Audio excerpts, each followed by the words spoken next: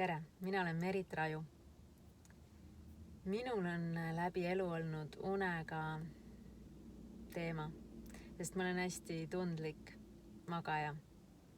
Ja sellepärast olen ma hästi palju selle teemaga tegelenud ja timminud seda kogu aeg paremaks.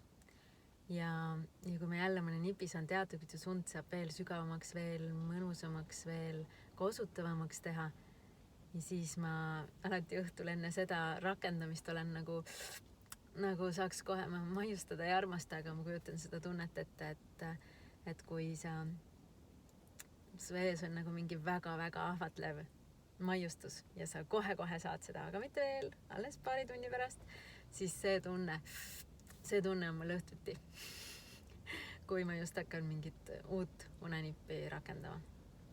Ja nüüd ma olen neid rakendanud juba nii palju, et ma hea meelega tahan juba jagada neid. Ja alustuseks ma tegin ühe küsitluse, kus vastas 1300 inimest oma une teemal.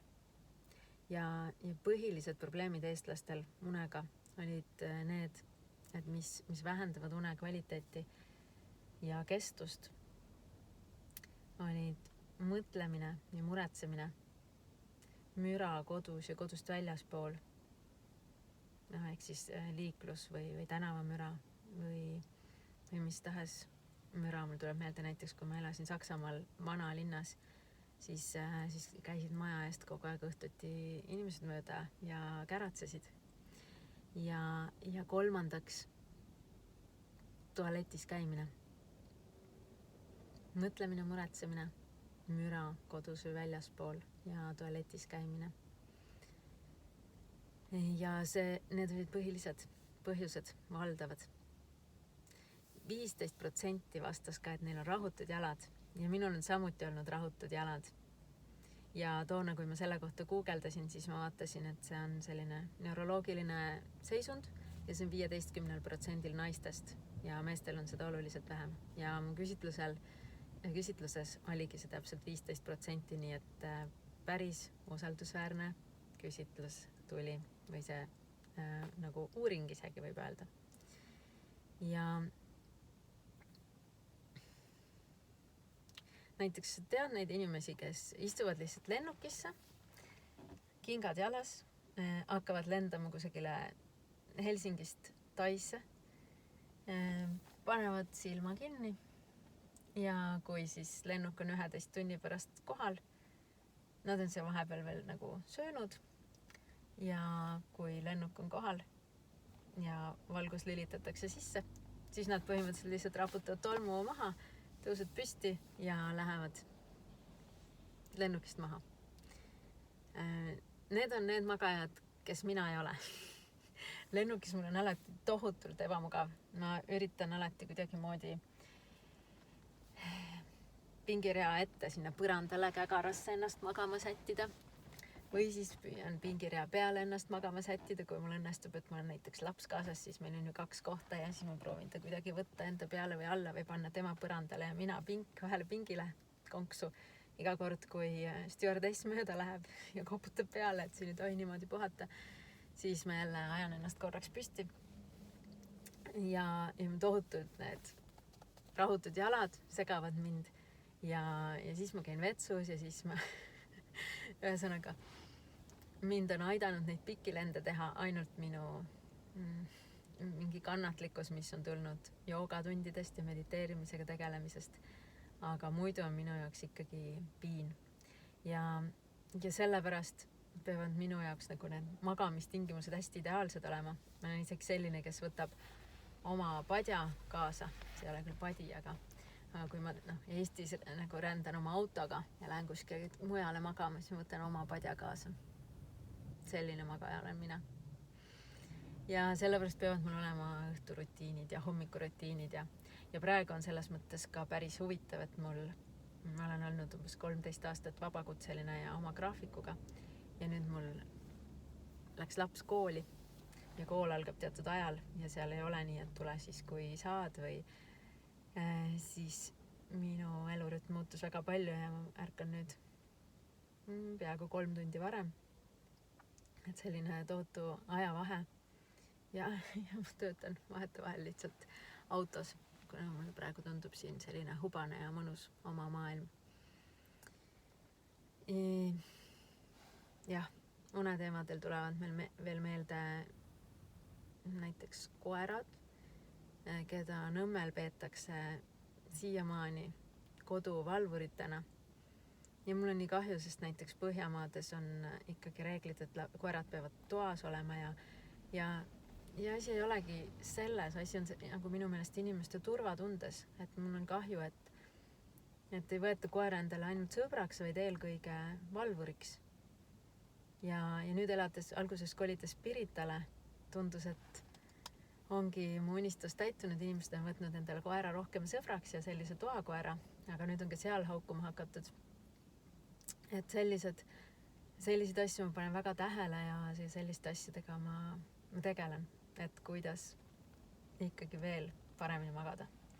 Ja mu viimane parendus on võib-olla magneesiumi vann või siis Epsom soola vann 20 minutit.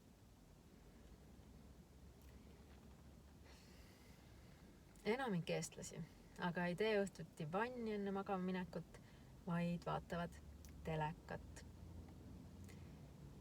Ja 70% vaatavad ekraani vahetult enne uinumist. Ja väga suur osa, 85% tarbib kohvi. Need inimesed, kes vastasid mu küsimustikule, peaaegu kõik soovisid oma uneaega pikendada 1, 2 või isegi 3 tundi iga öö. See on huvitav, et inimesed liigina on ainsad, kes pakuvad endale vähem und, kui nende keha vajab. Ja sellepärast on seda ka lastele väga raske õpetada, et kuule, ärka üles. See on see, mida mina praegu teen. Sest meil igaühel on oma unikaalne unerütm. Ja mu küsimustikus vastas 41% vastajatest, et nemad on pigem õhtuinimesed.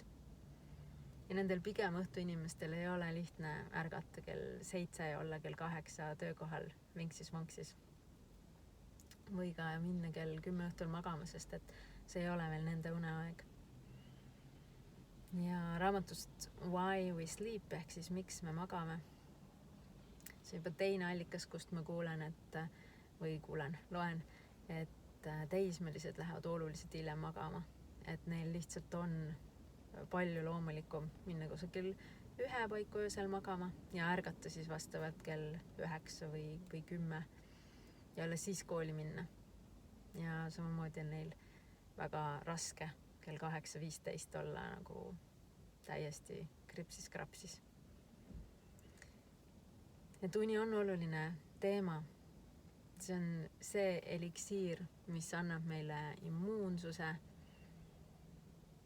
tervise, energia, sära, mis uuendab, värskendab meie rakke ja mis parandab meie mälu ja keskendumisvõimet ja loovust.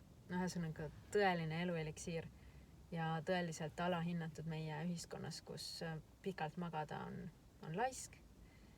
Ja uni ei ole nii moes, et pigem on moes olla tegus. Aga tegus saame me olla ainult siis, kui me oleme piisavalt maganud. Ma teen ühe webinari une teemal, kuhu ma kutsun sind ka osalema. Ma räägin seal põhjalikumalt sellest, mis teemad võivad unega olla, mis teemad eestlastel on unega, mis lahendusi on olemas ja mis lahendusi mina olen ise katsetanud oma selle tundlikkusega une suhtes. Sest praegu ma olen väga-väga rahul ja ma olen nagu kasvavalt väga-väga rahul oma unega. 3 aastat tagasi oli veel see koht, kus ma jõudsin läbipõlemiseni, sest olles väikese lapse ema, siis ta oli 4-aastane. Ma tõmba kardina eest ära, et ma töötasin öösiti. See tähendab, et ma päeval tahtsin palju olla oma lapsega koos ja päeval pidin ka tegutsema. aga olles ettevõtja ja alles nagu ühe väga alustava projektiga, Hingele pai ajakirjaga, siis see nõudis lihtsalt nii palju, et seda tuli teha ka öösel. Ja eks ma alguses jõudsingi, umbes 10 kuud jõudsin ja mõtlesin, et ohoo, et kui täidad nagu oma missiooni või sellist oma südameteed käid ja valid selle projekti ise ja see on nii tähendusrikas iseenda jaoks, siis jaksad. Ma kindlasti ka mediteerisin, ükskõik mis kell ma magama läksin, kell 2 või 3 või 4 öösel läksin magama ja mediteerisin alati pool tundi enne uinumist. See võimaldas mul üldsegi nagu kergesti uinuda pärast ekraani tagant tulemist ja sellist intensiivset mõttetööd. Aga ühel hetkel ma ikkagi jõudsin läbipõlemiseni. Ma ei jaksanud enam, mul oli kella 2 päeval nagu täiesti energia otsas, kurnatus, unekas, tahtsin öelda. Ja mitte ainult unekas, vaid ma lihtsalt ei jaksanud kõik. Ja sellepärast oli mul vaja saada nii uni korda kui ka leiutada endale need 4 unetundi lisaks igal ööl. Ehk siis 4 töötundi vähemaks igal ööl, igal päeval, ööpäeval. Et see oli ka minu teekond ja seda ma jagan siis ka, et kuidas ma seda tegin. Ja ma loodan, et sa saad osaleda sellel webinaril ja näeme seal.